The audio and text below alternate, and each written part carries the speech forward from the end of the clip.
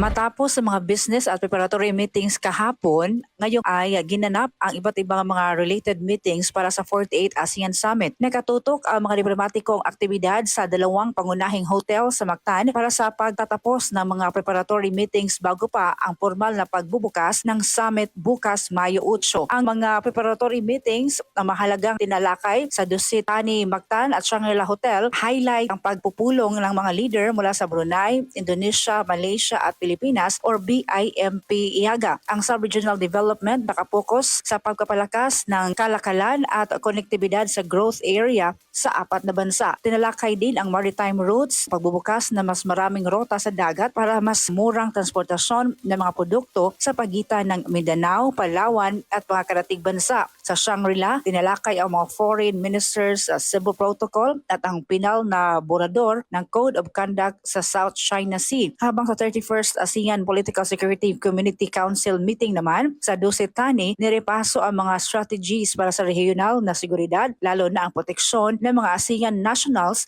na apektado sa krisis sa Middle East, habang inaasahan din na magaganap ang 38th ASEAN Coordinating Council or ACC kung saan tatalakayin ang preparasyon para sa pagpasok ng Timor-Leste bilang full member ng ASEAN. Mula dito sa Arimen, Cebu para sa 48th ASEAN Summit coverage, Radyoman Aida Tampos, Tatak Arimen. RMN Network News.